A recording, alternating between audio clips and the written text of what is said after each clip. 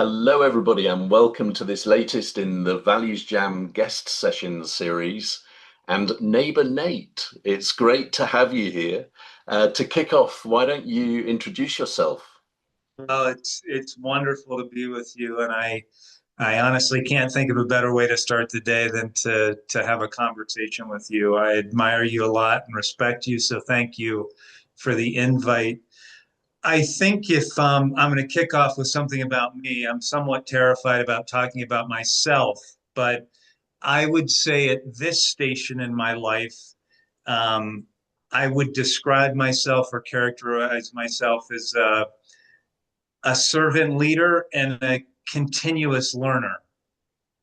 So I could backfill a lot of traditional resume stuff inside of that body of life experience, but maybe Alan, there's things that you want to press on that then I can accentuate. Yeah, so servant leader has become kind of a bit of a trendy label for Sure. leaders. And so I'm curious, and maybe other people are as well, to know a bit more about why you choose that and what it means for you specifically. I think when we think about how we approach and how we think about making an impact, and I'm not saying that viewing life through a service prism is any more nobler than a person who may view their life through a very competitive prism. I'm simply sharing this is where I've arrived with a lot of silver hair and taken, counsel of many, many years at this point. So to answer your question, I would say servant leader means to me that my interactions, my engagement with my environment, my colleagues, my friends comes through a service prism, a service orientation. It comes from that place. So when I think about making an impact or having an impact, I think about it as a function of serving others. So that's part one of that. In terms of the trendiness, I'm not as familiar and I'm not as well read on all current events, but I could see why in sort of the current milieu, globally, nationally, here across the pond in the US, why people may be interested in the topic in a way that maybe 25, 30 years ago they weren't, because it's not a warm and fuzzy period, I would say, at the global level and the national level in terms of discourse and dialogue. Mm. And then perhaps also to give people a bit of a kind of more rudimentary sense, maybe share with people, for instance, where neighbor Nate came from, why neighbor on the Sure, label. Also, what you spend your time doing and where you are. sure. So my journey, like many of the folks that'll be watching this, is has been, I would describe it as not linear. It's been an asymmetric journey, and I think that's what makes life very experienced. I'm a big fan of life experience university. I find that the most interesting people tend to have taken very asymmetric paths in life, and that's that continuous learning portion that I shared in the opening.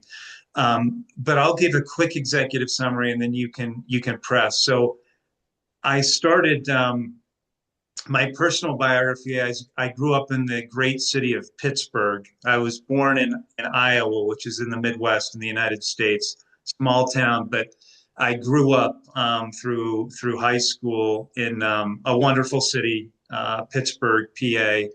And as part of growing up, I grew up in a family business. So you learn things. You've run businesses, Alan. So you know when you're sitting at the kitchen table and you're talking about the day with dad and mom.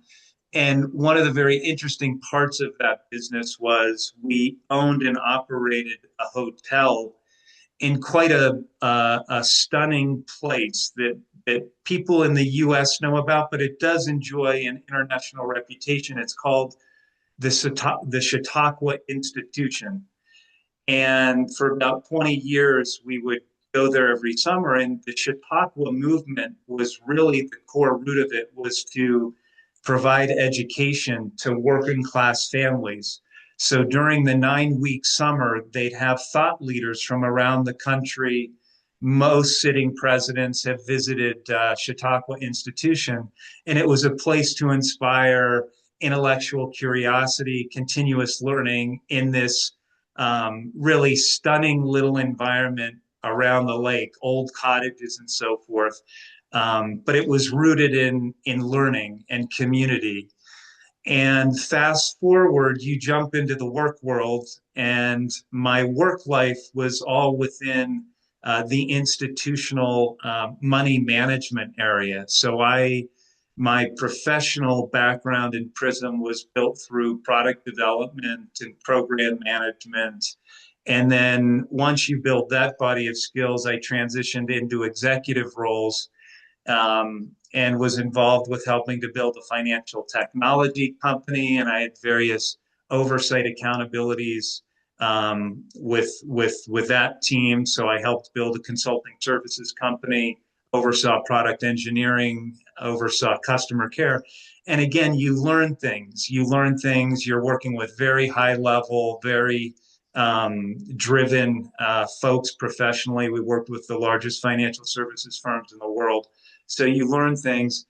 And then I want to say 20 plus years into that rodeo, I switched into more mission driven work. And I helped run a school for autistic children that have intellectual disabilities. And that organization had about 500 staff and an incredibly dedicated, committed staff, both on the clinical side and the special education side.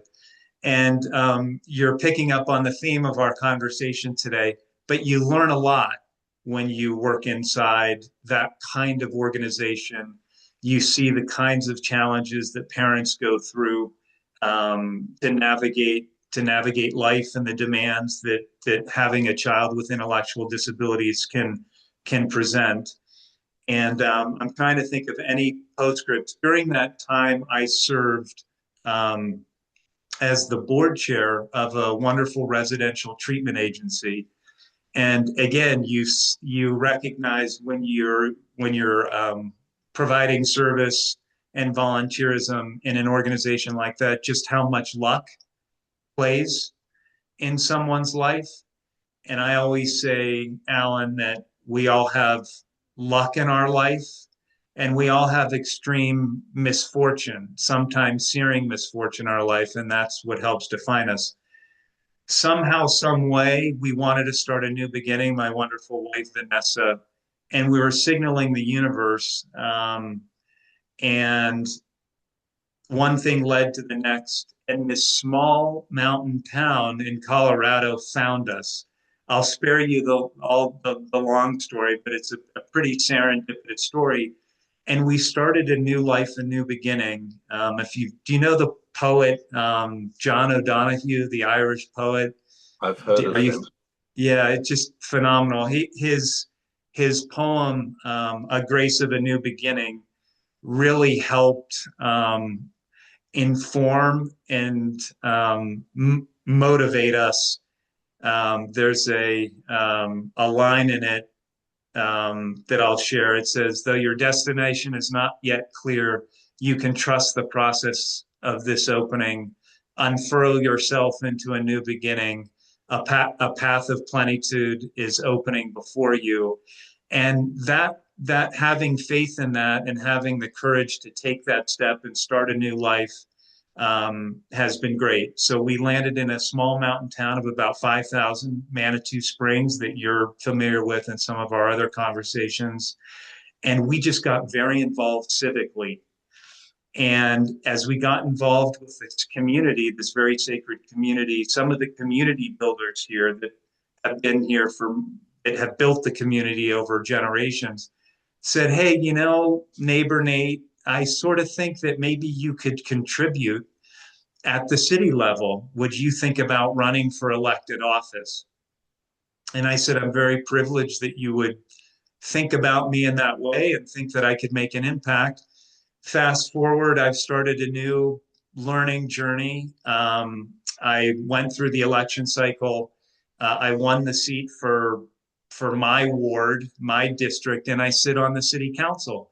And so a lot of my time now is thinking about how I can contribute, help shape, help inform, so that Manitou 3, 5 years out, 1,000 years out is still a place where people find respite, inspiration, community, a sense of neighborliness, and that's really where Neighbor Nate comes. So on I host kind of meet Neighbor Nate sessions to help get the folks, my neighbors, up to speed on everything that's going on in the city. So that is a 5 minute long-winded. There's a lot there for you to dig into, but I hope that gives you a little bit more of the intersection between my personal biography and what may underlie my sense of service and kind of devotion to continuous learning. Yeah, wow. And I'm thinking maybe we don't need the Values Jam card deck, but Well, we need to. But just two takeaways from what you've just shared there. One is it strikes me that just listening to your journey, it started in a place not of your choosing, and then you went meandering, and it feels like you feel like you're home in some way. That's the first thing. And then the second one is a bit of friendly jealousy, actually, because in a world that's so big, it must feel really cool to have a finite environment where you play a significant role in realizing other people's beneficial futures. it doesn't surprise me that you're able to articulate and distill what I shared with you into um, two really powerful things. First, a sense of home. So, my wife and I lived in the New York corridor for 25 plus years. And you meet wonderful people, brilliant people, enterprising people, but it wasn't home. And it's one thing to not be at home for a couple of years. It's another thing to not find your place for 25 years, So this idea, and to pick up on your incredible insight, is yes, we found home, and my wonderful better half, Vanessa, has never seen me in a place of home. And so it's been really wonderful in our partnership for her to see me interact in a way that I would often say to her, yeah, this is the way it felt like in Pittsburgh. So for your listeners on the Values Jam, there's something about place and there's something about home. So that's part one. So thank you. And I'm not surprised that you framed it that way. And then the idea of a finite environment. I've really never heard it expressed that way, but I actually love it. I love it much.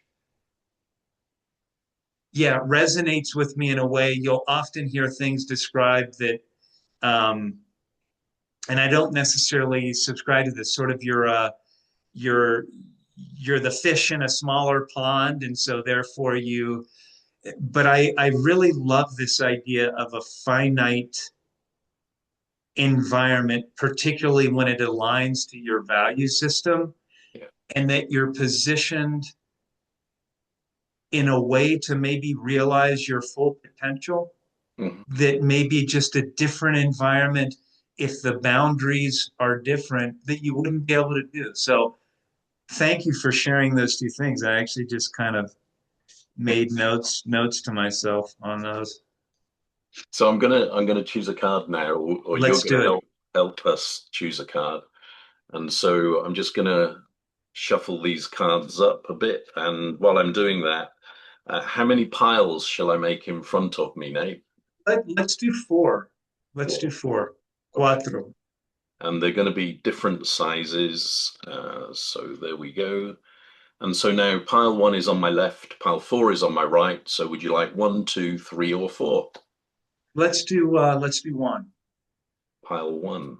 Okay. And we have 3, 6, 9, 12, 15, 16, 17 cards. So a number between 1 Let's and do eight. 17. Number Let's do 8. eight. Yeah. Okay. So this is what you've chosen. Wow. Wow. Very interesting. Two wows. Two wows. Yeah. Why? Yeah. Well, I think if you went around the campfire on your values jam session with all the amazing guests you've had on this program, is I think everyone would describe achievement in very different ways. I think it's a personal thing. But I guess we can explore that together, and I can share whatever humble perspective it's played in my life. Yeah, so the first question is a very basic one, and it's kind of touching on what you just surfaced, because I think you're absolutely right. It is one of those words that perhaps has more variety in terms of answers than some of the others. And so the first question is, what does achievement mean?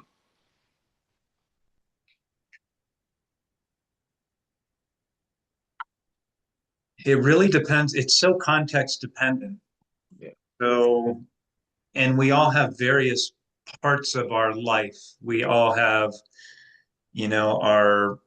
our spiritual life. We all, if we're able, have sort of active experiences in life. We have social service. We have our professional life.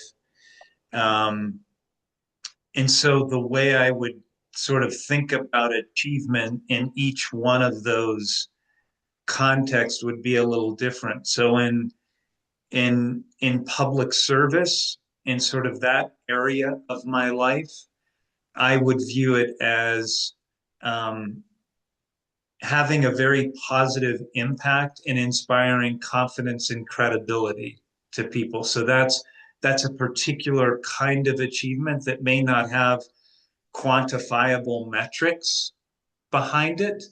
Um, in professional work life settings where you may have very defined specific deliverables, work products, etc., that would introduce another kind of achievement where I might be interested in doing X, Y, and Z to inspire confidence with an end user or a client or a stakeholder or a work group member.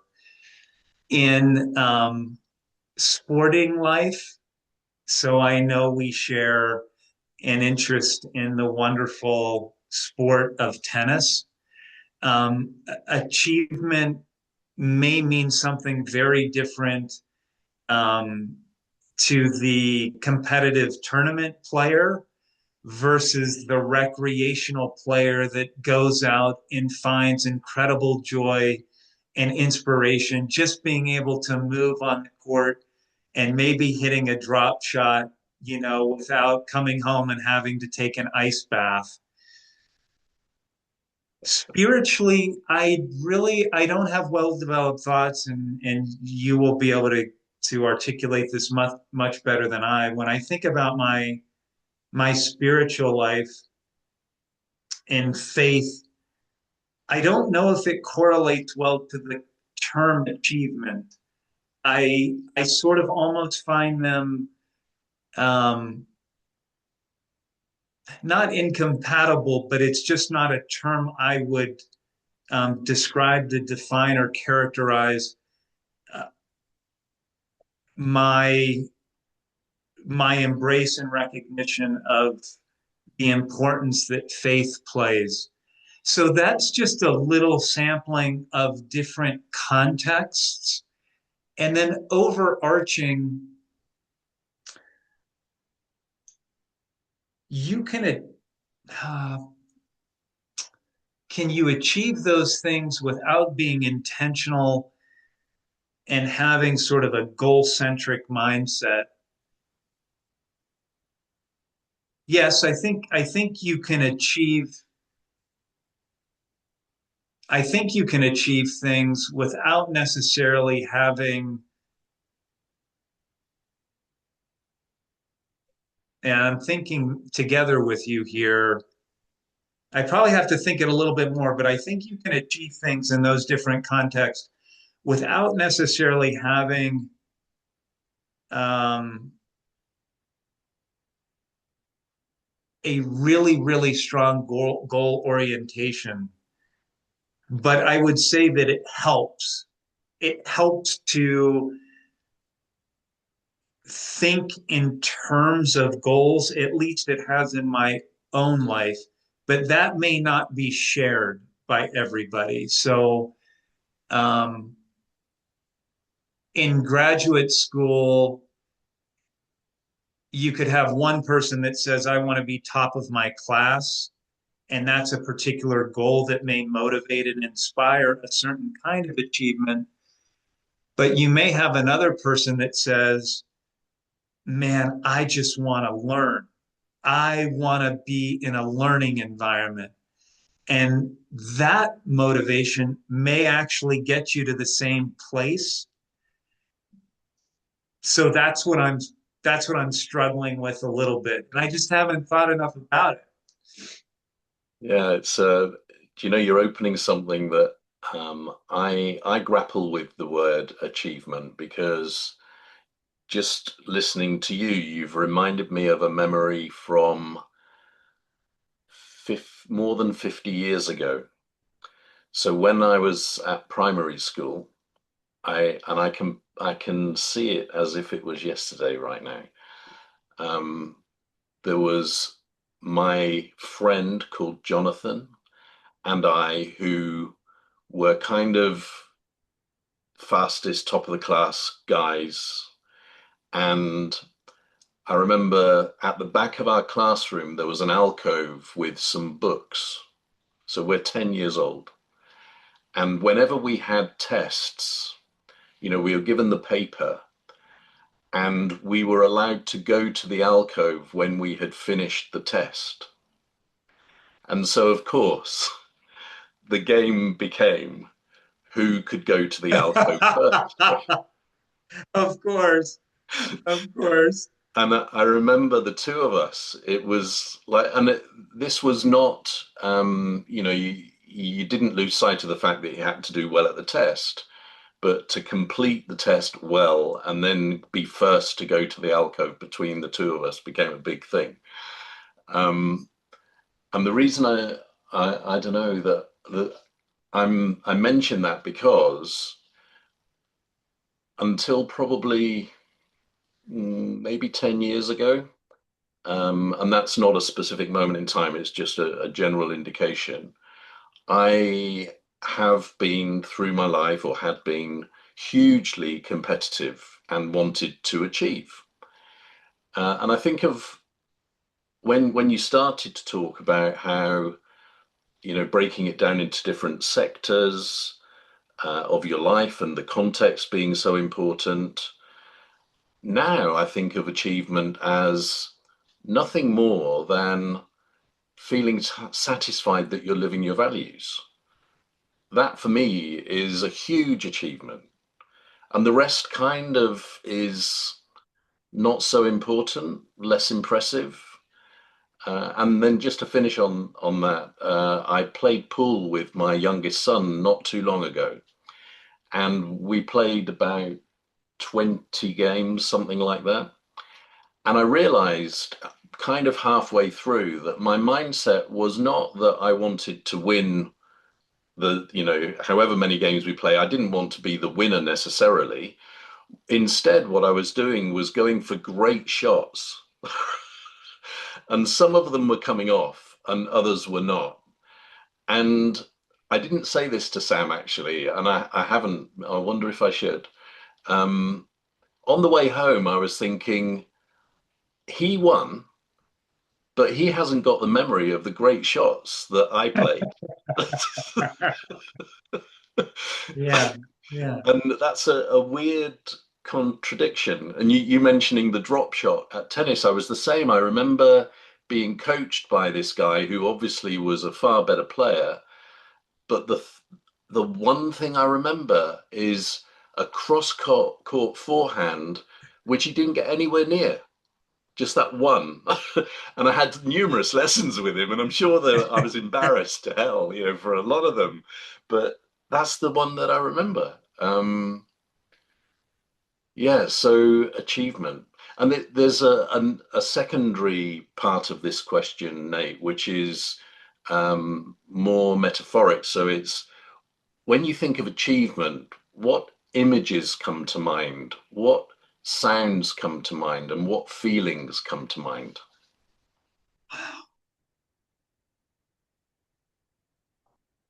It's amazing, right? Because my mental model, that's, not very well formed, but whatever mental model I have, I tend, that word doesn't inspire kind of the emotional characteristics that you're describing. The term achievement feels pretty wicked to me. It feels very metric driven. It feels, to your point, and wicked. I'm putting that in quotes. There's for your audience and listeners a book um, that I enjoyed and I would recommend. It's called Range: Why Generalists Triumph in the Age of Specialization by David Epstein. And he chronicles and he brings a lot of social research to how people with broad body of life experiences, they, because they've had the courage to have those experiences, and he looks at people like Roger Federer and the way he describes these environments, particularly the competitive ones that you're describing, he'll describe them as wicked environments. Wicked, very intense and engaging and competitive. Um, and so yeah, I don't have an instinctual response to you when I think about the term. I think of it as a more um, intense feeling when I think of the term. Just like when you use the term competitive. So I'll pause there. Those are Okay. And my immediate answers. that's great, Nate, because one of the things about Values Jam is that we really want people to feel comfortable to say whatever they've got, right? And Yeah. it doesn't have to fit anything. And that Yeah. is such a joy. And my response is probably kind of less interesting actually, because it's more probably a bit more typical. So I'm thinking of achievement in terms of sound as being applause. So that appreciation of somebody having done something really well. And actually, this brings back another memory. And in Values Jam, I ended up speaking to a psychologist in New Zealand who said that because I noticed that people, not just me, other people, were surfacing memories from a long time ago. And so I was curious about this, ended up speaking to the psychologist, and he said, well, maybe it's because values led conversations go very deep. And perhaps what's happening is that previously lapsed neural pathways are being sparked by the conversation, which is surfacing along past memory.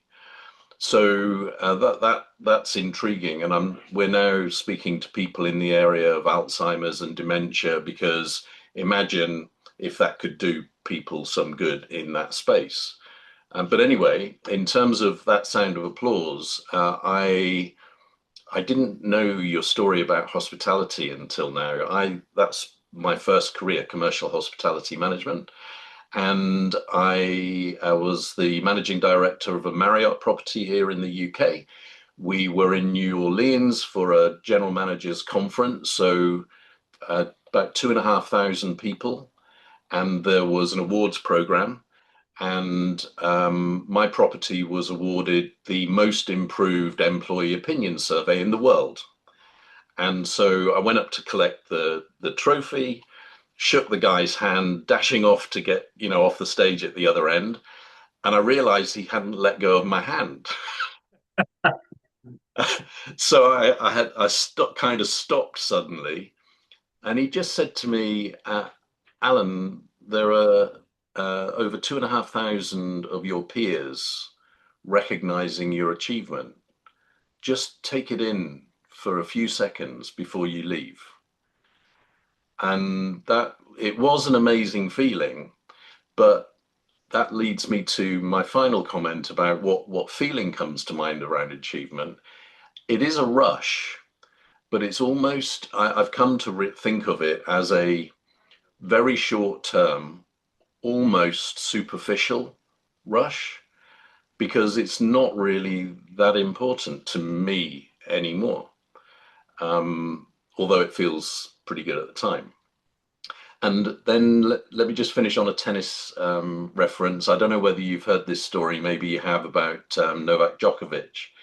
And I can't remember when this was, but it was after, I think it was after he won the Australian Open last time, maybe. Yeah. Um, and he tells the story of sitting in the changing room afterwards, and he said he allowed himself one square of chocolate.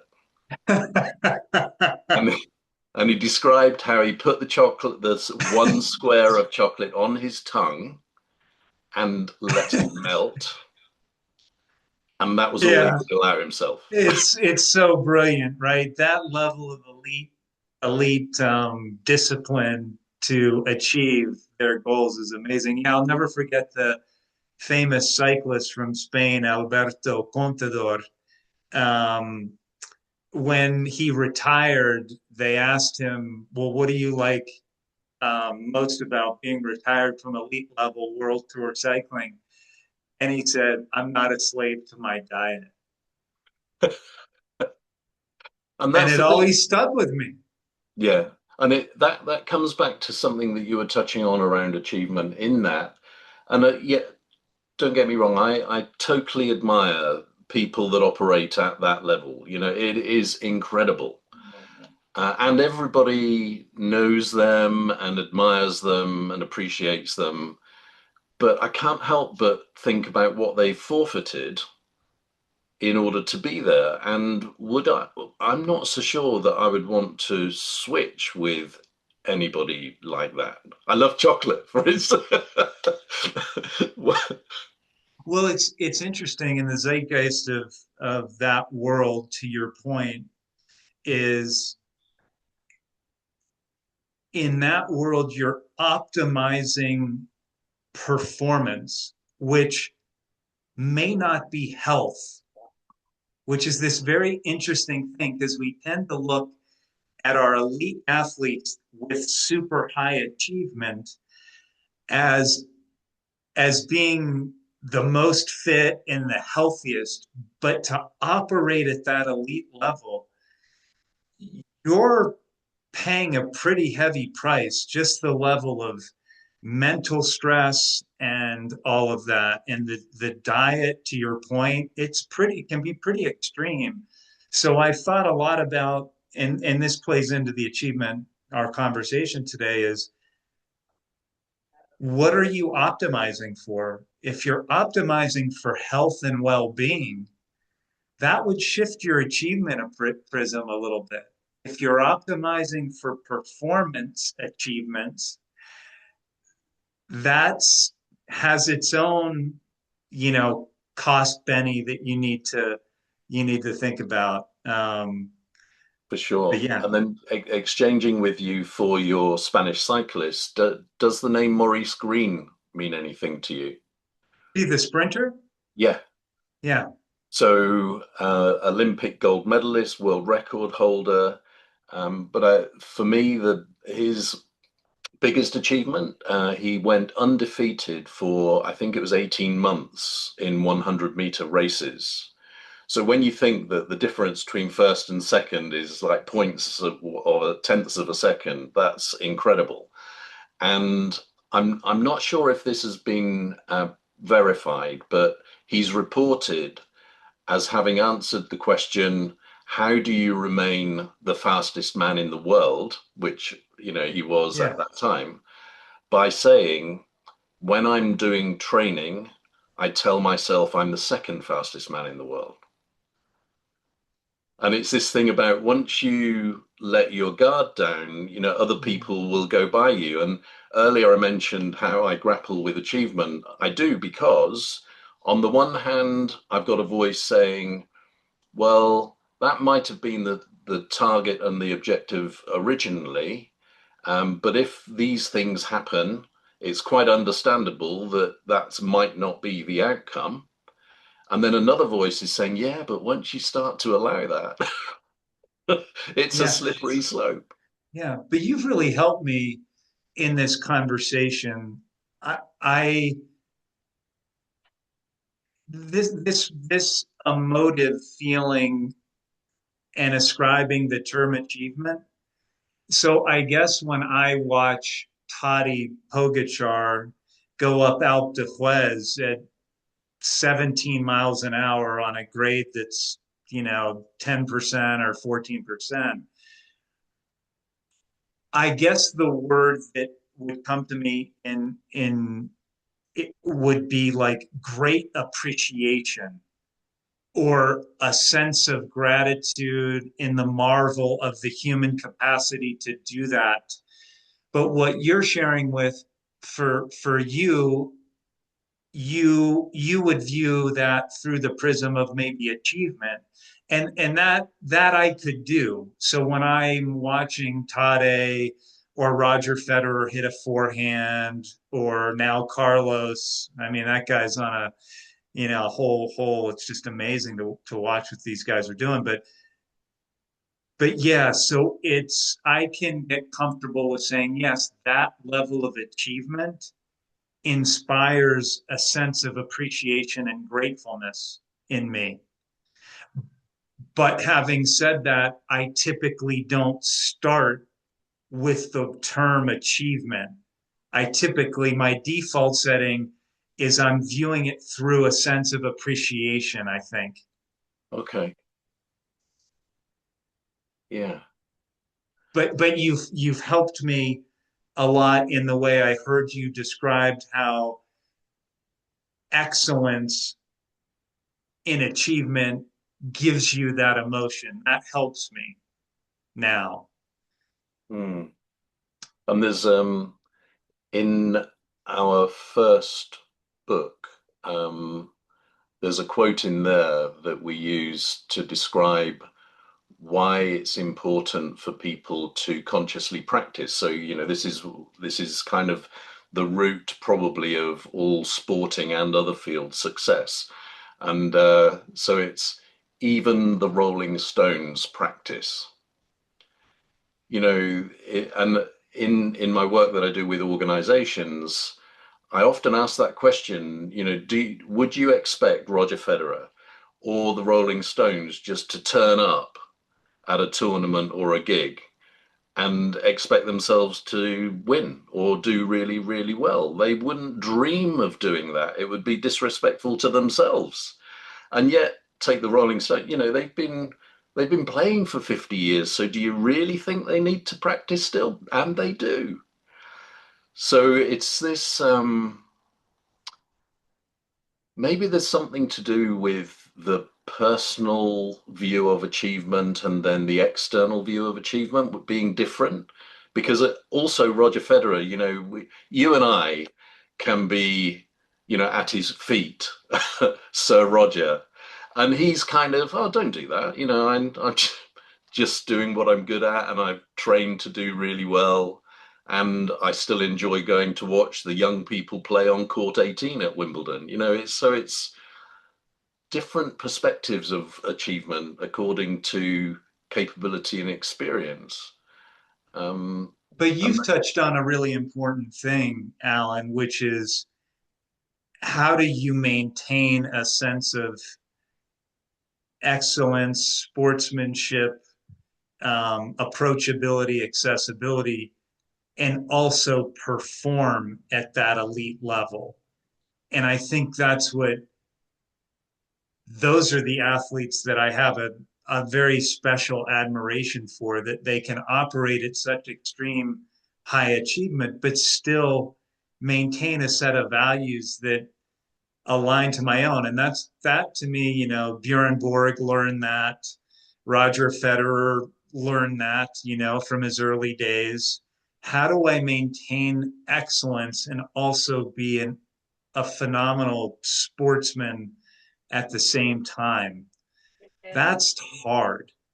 yeah, for sure. And I saw a quote from Nadal's father recently, and apparently what he said to his son pretty early on in the journey was, if you break a racket, it will be the last day I am your coach, because there are many children in the world who would give a lot for a racket.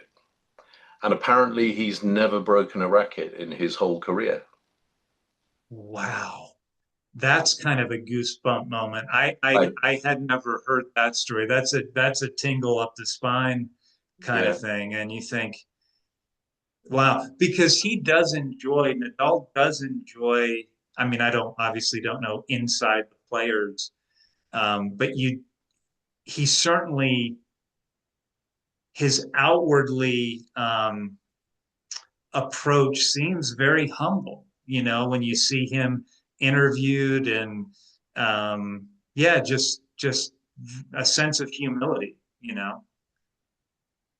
no, Nate, this is a first in Values Jam, because there has never been a Values Jam before where we have started with one question and then not needed another question from the back of the card.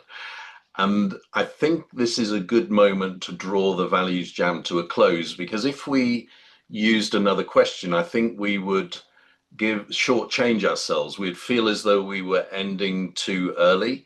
So I'm just going to finish with the question that I always use in these sessions, which is, what are you encouraged to do differently about achievement as a result of this conversation? I think I would press on,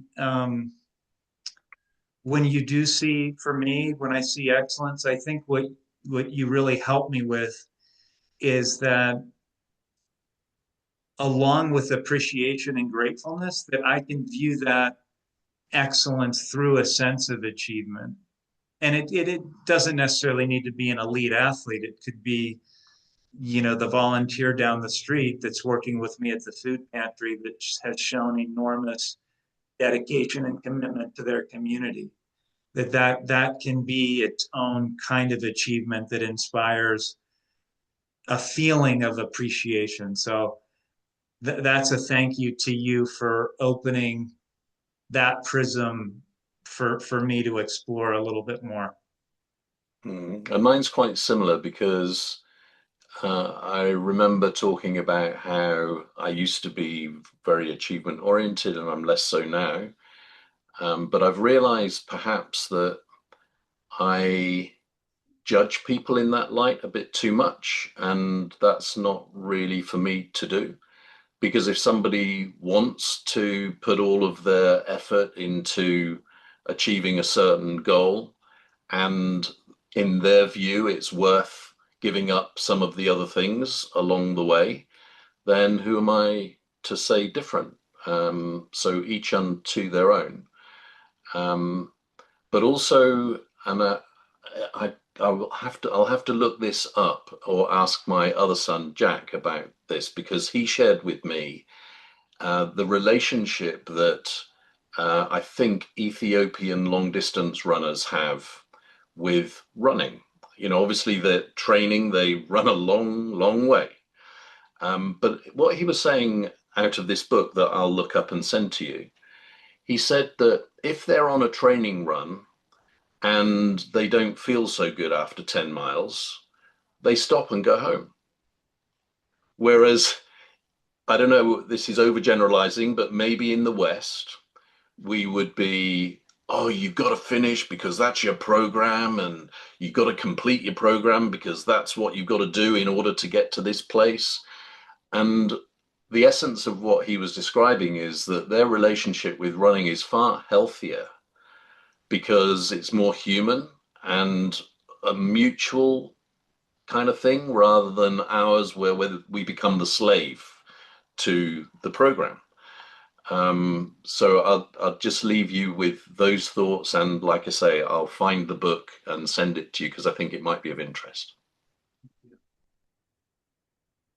Thank you very much, Nate. You're a qualified values jammer now. So thanks for your time Grateful to be today here. Thank you. Yeah, it's and, fantastic. and the achievement of just one question. Take care. Cheers.